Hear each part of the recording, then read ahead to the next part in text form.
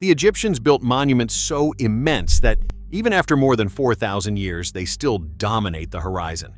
The Roman Empire stretched across 3 continents, connecting millions of people through roads, laws, and engineering that reshaped the ancient world.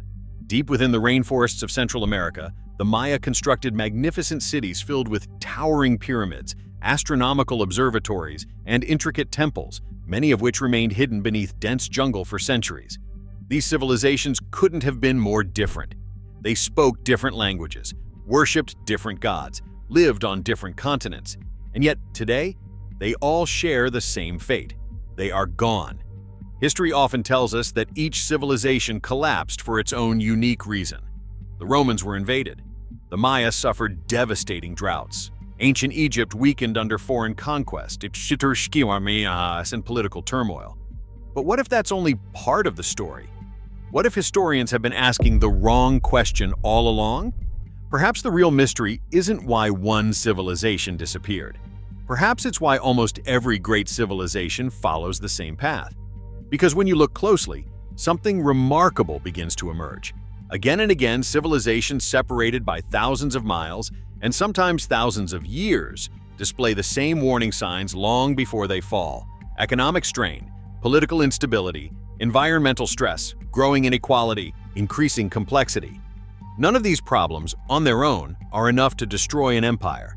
Yet somehow, together, they form a pattern that repeats with unsettling consistency throughout history.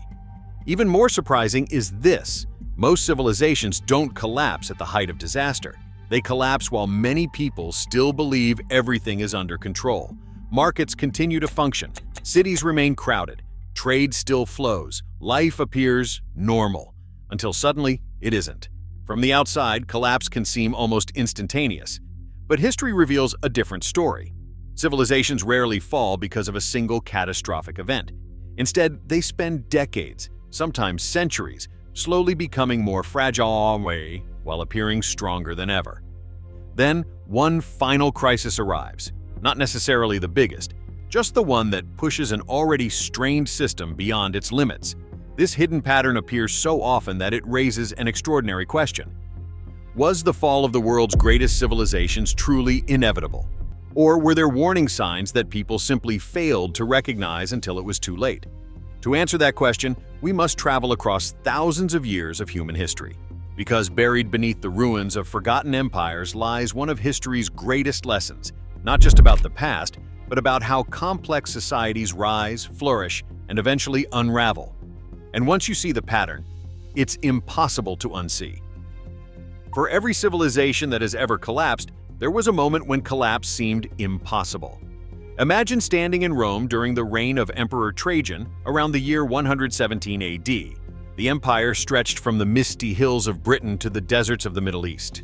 Its roads connected continents. Its armies appeared invincible. Massive aqueducts carried fresh water into cities that dazzled the ancient world. To millions of people, Rome wasn't just powerful, it felt eternal. Few could have imagined that, just a few centuries later, much of that empire would be gone. The same illusion existed thousands of years earlier in ancient Egypt.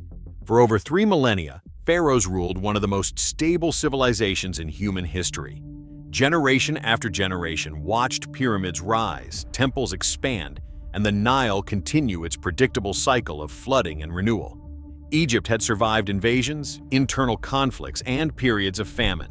If any civilization appeared destined to last forever, it was Egypt. Yet even this seemingly unshakable kingdom eventually fragmented, weakened, and fell under foreign rule. The Maya tell a similar story. Between the 3rd and 8th centuries, their cities flourished across what is now southern Mexico, Guatemala, Belize, and Honduras. They developed sophisticated mathematics, accurately tracked celestial movements, and constructed monumental architecture without metal tools or draft animals. To those living during the height of the classic Maya period, the future likely seemed limitless. Then, over the course of roughly a century, many of their great southern cities were abandoned. The remarkable thing is that none of these civilizations believed they were approaching the end. Why would they? Success has a way of disguising vulnerability. The longer a civilization prospers, the more permanent that prosperity begins to feel. Children grow up knowing only stability. Leaders assume tomorrow will resemble yesterday. Institutions become trusted because they've always worked before. And with every generation, confidence slowly transforms into certainty. History shows that this confidence isn't unique to one culture or one era. It appears almost everywhere. The Akkadian Empire, often regarded as the world's first great empire, united much of Mesopotamia under a single ruler. At its peak, it dominated trade routes, expanded agriculture, and projected military strength across the region. Yet prolonged drought, internal unrest, and external pressures eventually overwhelmed a system that had once seemed unstoppable. Centuries later, the Khmer Empire transformed Southeast Asia with engineering feats that still astonish archaeologists today. Its vast network of canals and reservoirs supported the magnificent city of Angkor, one of the largest urban centers of the pre-industrial world. For generations, this hydraulic system was a symbol of prosperity. But when climate patterns shifted and political pressures mounted, the same complex infrastructure became increasingly difficult to sustain. Again and again, history presents the same paradox. The qualities that make civilizations successful also make them more complex. More cities, more trade, more bureaucracy, more infrastructure, more people. At first, complexity is a strength. It allows societies to solve problems, increase wealth, and expand their influence. But complexity comes with a hidden cost. Every new road must be maintained, every canal repaired, every army supplied, every growing city fed, every expanding government funded. As civilizations grow larger, they become increasingly dependent on countless interconnected systems, all of which must continue functioning together. For centuries, these systems often work remarkably well, until they don't. And that's where the hidden pattern truly begins. Because civilizations rarely collapse from a lack of strength. They collapse because their strength creates layers of complexity that slowly become more difficult to sustain. Like an enormous tree, they continue growing year after year, appearing healthier than ever. Yet deep inside, tiny fractures may already be spreading through the trunk. Invisible, ignored, but growing. The question isn't whether those fractures exist. The question is whether anyone notices them before the first branch falls. If you ask most people what destroyed the Roman Empire, they'll probably answer with a single word: barbarians. It's one of history's most enduring explanations. In the year 476 AD, the last emperor of the Western Roman Empire was removed from power, marking what many consider the end of ancient Rome. To generations of students, the story seemed simple. Foreign invaders arrived, Rome fell, and an empire disappeared. But history is rarely that simple. By the time invading forces crossed Rome's borders, the empire had already been struggling for generations. Its economy was under strain. Its political system had become increasingly unstable. The military consumed enormous resources. Inflation had eroded the value of currency. Civil wars erupted with alarming frequency as rival generals fought one another for control of the throne. Rome wasn't destroyed overnight. It had been weakening from within long before its enemies became powerful enough to deliver the final blow. The invaders didn't create the collapse. They accelerated one that was already underway. And Rome wasn't alone. Thousands of kilometers away, another great civilization faced a different crisis. For centuries, the Maya built magnificent cities connected through trade, diplomacy, and shared religious traditions. Their achievements in mathematics and astronomy remain astonishing even today. Then something began to change. Archaeological evidence suggests that prolonged drought affected large parts of the Maya region during the late Classic period. Crops became harder to grow. Water became less reliable. As resources became scarcer, conflicts between rival city-states intensified. Yet, the drought itself wasn't enough to explain the collapse. The Maya had survived environmental challenges before. The real problem was that environmental stress collided with political rivalry, population pressures, and economic disruption at the same time. One crisis reinforced another. Like dominoes, each problem made the next one harder to solve. This pattern appears repeatedly throughout history. The Akkadian Empire faced one of the most severe droughts recorded in ancient Mesopotamia. Scientific evidence from lake sediments and ancient soils suggests that changing climate conditions reduced agricultural productivity across large areas. But drought alone doesn't explain why one of history's first empires disappeared. The environmental crisis placed enormous pressure on a political system that had already become increasingly centralized and difficult to manage. Food shortages led to migration. Migration increased conflict. Conflict disrupted trade. Trade disruptions weakened the economy. Each problem amplified the next. It wasn't one disaster, it was a chain reaction. The same story unfolded centuries later in Southeast Asia.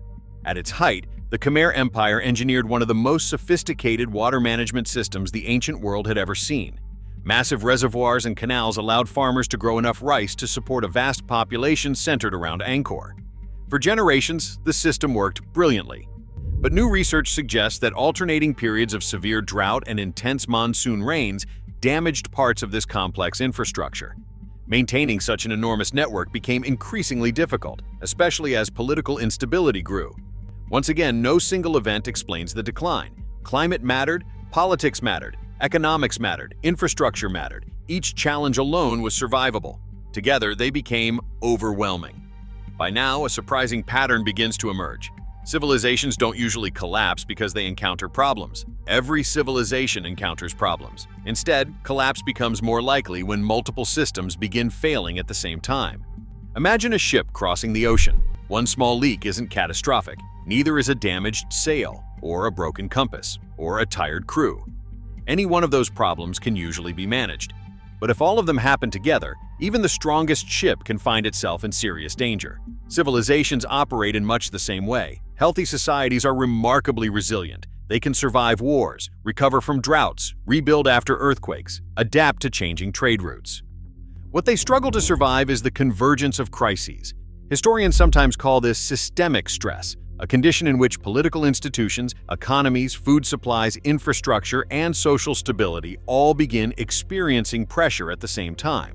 When enough stress accumulates, societies become increasingly fragile, not because they are weak, but because every solution requires resources that are already stretched thin. This creates a dangerous illusion. From the outside, cities continue to function, markets remain open, temples are still built, governments continue collecting taxes.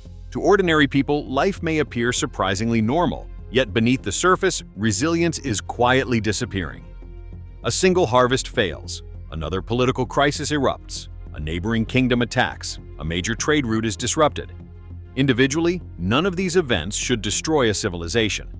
But when they strike a society that has already lost its flexibility, they can trigger consequences that spread with astonishing speed. This is perhaps history's greatest lesson. Collapse is rarely caused by one spectacular catastrophe. More often, it is the final chapter of a story that began decades earlier. The warning signs were always there. The challenge was recognizing them before they became impossible to ignore. And that raises perhaps the most important question of all. If civilizations don't collapse because of one disaster, what transforms years of growing pressure into the sudden unraveling of an entire empire? Because history suggests there is always one final moment. Not the biggest crisis, not the deadliest crisis, just the one that arrives when the system can no longer absorb another shock. And that moment changes everything. History has a strange habit of making collapse look sudden. A single date, a famous battle, a city abandoned, an emperor overthrown. Looking back, it is tempting to believe these moments caused an empire to disappear, but they rarely did. More often, they were simply the first visible signs that the collapse had already begun. Think of an avalanche. The final snowflake doesn't cause the mountain to fall because it is unusually heavy. It happens because thousands of layers beneath it have become increasingly unstable. Civilizations behave in much the same way. For years, sometimes centuries, they absorb crisis after crisis.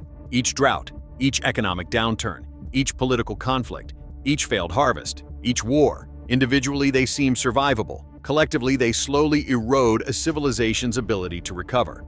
Eventually, the system reaches a point historians sometimes describe as fragility. Not weakness, fragility. And there is an important difference. A weak society may struggle every day. A fragile society can appear incredibly successful, right up until the moment it suddenly breaks. One of the clearest examples comes from the Western Roman Empire. Even during its final centuries, Rome remained astonishingly powerful. Its cities still bustled with merchants. Its laws still governed millions of people. Its armies continued defending vast frontiers. To many citizens, daily life continued much as it always had. Yet beneath that appearance of stability, the empire had become increasingly dependent on expensive armies, complicated taxation, political compromises, and fragile supply networks. Every new crisis demanded more resources. more soldiers, more taxes, more administration, more compromises. Instead of solving old problems, each solution often created new ones. When waves of migrating peoples entered Roman territory during the 4th and 5th centuries, the empire still possessed enormous military strength. But its flexibility had disappeared. Internal political struggles made coordinated responses difficult. Financial pressures limited military reforms. Regional leaders increasingly acted in their own interests. The migration itself wasn't unprecedented. Rome had absorbed migrations before. What had changed was Rome. History repeated itself across the Atlantic centuries earlier. The Maya had survived droughts before. They had endured wars before. Cities competed with one another throughout much of their history. None of these challenges were new. But when prolonged environmental stress coincided with growing political fragmentation and increasing competition over resources, some cities began losing population. As fewer people remained, maintaining monumental architecture, irrigation systems, and political institutions became more difficult. This, in turn, encouraged more people to leave. The cycle reinforced itself. The problem wasn't simply drought, it was that every existing problem made every new problem worse. The same principle appears again in the Khmer Empire. For generations, Angkor's immense water system represented one of humanity's greatest engineering achievements. It supported agriculture on a scale that astonished early explorers. Ironically, that same complexity eventually became one of its greatest vulnerabilities.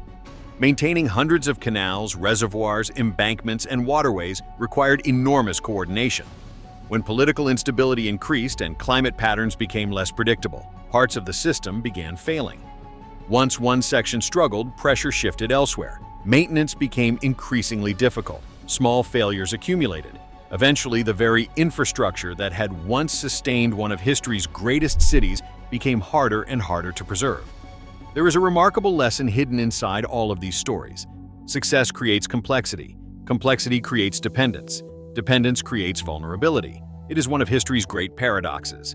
The larger and more sophisticated a civilization becomes, the more it depends on countless systems continuing to function perfectly. Food must reach cities, taxes must fund governments, roads must remain open, trade routes must stay secure, political institutions must cooperate, water systems must operate. Energy, in the ancient world usually human labor, animals, or agriculture, must remain reliable.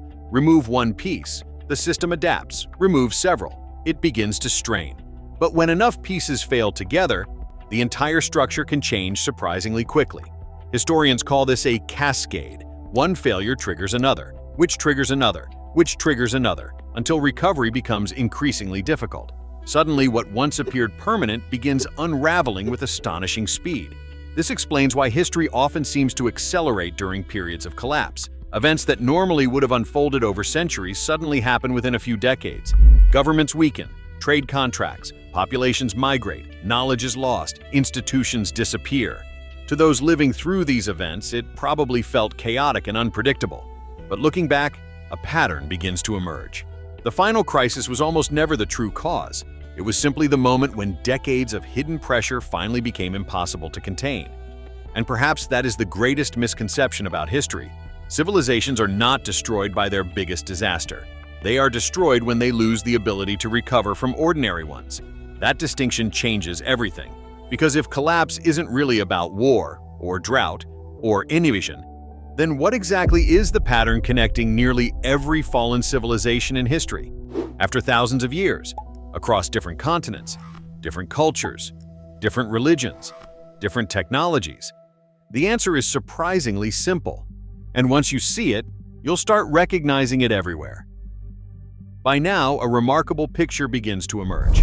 Ancient Egypt, the Roman Empire, the Maya, the Akkadians, the Khmer Empire, different continents, different languages, different beliefs, different technologies. Yet despite all their differences, their stories follow a surprisingly familiar rhythm. Not because history repeats itself exactly, but because human societies often face the same challenges as they become larger, wealthier, and more complex. If we strip away the names, the dates, and the geography, a hidden pattern appears. It begins with success. Every great civilization starts by solving problems better than its neighbors. They develop stronger governments, more efficient agriculture, better trade networks, new technologies, greater security. People prosper, cities grow, Knowledge expands, confidence rises, success attracts more people create more opportunities. For a time, the cycle feeds itself. Growth leads to even greater growth. Then comes the second stage, complexity. As civilizations expand, they require increasingly sophisticated systems to keep functioning. Governments become larger, trade routes stretch farther, infrastructure grows more elaborate, food must travel greater distances, taxes become more complicated, military organizations expand. Each improvement makes civilization stronger, but every improvement also creates another system that must be maintained. Complexity isn't a flaw, it's the price of success. For centuries, that price is worth paying. Then comes the third stage, fragility. This is where history becomes deceptive. Nothing dramatic happens. Cities are still busy, merchants still trade, governments still function. Most people continue living ordinary lives. On the surface, everything appears stable, but underneath, resilience begins to fade. Problems become increasingly interconnected. A poor harvest affects tax revenue. Lower tax revenue weakens the military. A weaker military threatens trade. Reduced trade slows the economy. Economic decline fuels political instability. Political instability makes solving future problems even more difficult. The system slowly loses its flexibility. It can still function, but recovering from setbacks becomes harder with every passing decade. Then comes the fourth stage, converging crises. History rarely delivers one disaster. It delivers several. A drought, a war, economic pressure, political division, disease, migration, environmental change. None of them alone would necessarily destroy a civilization. Together, they reinforce one another. One crisis creates another, then another, then another. The civilization enters a feedback loop. Every solution consumes resources that are already becoming scarce. Leaders focus on immediate emergencies instead of long-term stability. The margin for error disappears. And finally, the fifth stage, the tipping point. This is the moment history remembers: the sack of a city, the collapse of a dynasty, the abandonment of a capital, an invading army, a revolution. Future generations often point to this event and declare that is what destroyed the civilization. But by then, the collapse had already been unfolding for years, sometimes decades, sometimes generations. The final event simply revealed what had long been hidden beneath the surface, and that may be the most important lesson of all. Great civilizations rarely collapse because of one catastrophic mistake. They collapse because countless small problems quietly accumulate until the system can no longer absorb another shock. It is remarkably similar to the human body. A healthy person can recover from illness. A healthy person can survive stress. A healthy person can heal after injury. But if enough systems begin failing simultaneously, even a relatively minor illness can become life-threatening. Civilizations work in much the same way. Resilience, not power, is what determines survival. That explains one of history's greatest paradoxes. The civilizations that appear strongest are not always the ones most capable of enduring crisis. Sometimes, their very success has made them so complex, so interconnected, so dependent upon countless moving parts, that recovering becomes increasingly difficult. This doesn't mean collapse is inevitable. History also gives us examples of societies that adapted. The Eastern Roman, or Byzantine Empire, endured for nearly another 1,000 years after the fall of the Western Roman Empire by reforming its military, administration, and economy. Japan experienced long periods of political upheaval before entering eras of stability and renewal. China saw multiple dynasties rise, decline, and be replaced, yet the broader Chinese civilization persisted through repeated cycles of transformation. The lesson, then, is not that every civilization must disappear. It is that survival belongs to societies capable of adapting before fragility becomes irreversible. Empires that recognize change can evolve. Those that mistake temporary success for permanent security often struggle to respond when the world changes around them. Perhaps that is the true hidden pattern. Not collapse, but adaptation, or the failure to adapt. And that leaves us with one final question. If history's greatest civilizations all left behind the same warning signs, why do we continue believing that our own societies are somehow different? Because throughout history, every civilization believed it would be the exception. None imagined that future generations would study its ruins. Yet here we are, standing among them.